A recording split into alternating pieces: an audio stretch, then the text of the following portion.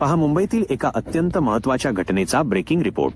मुंबईतील Powai RA studio येथे October 30 रोजी 17 मुलांसह 19 लोकांना बंधक बनवले गेले।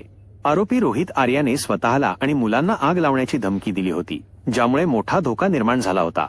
तत्परता दाखवत संघटितपणे प्रवेश केला आणि केवळ 35 मिनिटांत सर्व बंधकांना सुखरूप बाहेर काढले। मात्र याच दरम्यान आरोपी रोहित आर्या याला ताब्यात घेण्याच्या प्रयत्नात पोलिसांच्या गोळीबारात त्याचा मृत्यू झाला। वाद आणि आरोप आता या कारवाईवर प्रश्नचिन्ह उपस्थित झाले आहे। एका वकिलाने थेट न्यायालयात हे फेक एन्काउंटर खोटा चकमक असल्याचा दावा करत FIR दाखल करण्याची मागणी केली आहे। या संवेदनशील प्रकरणाचा तपास आता मुंबई क्राईम ब्रँचकडे वर्ग करण्यात आला आहे। पोलिसांची भूमिका आणि आरोपीचे हक्क या दोन्ही बाबत चौकशी होणार आहे। पवईतील या धडधान्याच्या ऑपरेशनमध्ये 17 मुलांबरोबरची संकटग्रस्त वेळ आणि एक एन्काउंटर यावर समाजात चर्चा सुरू आहे। माहितीसाठी पाहत रहा लोकसमाचार 24 तास। लाईक करा, शेअर करा आणि सबस्क्राईब करायला विसरू नका।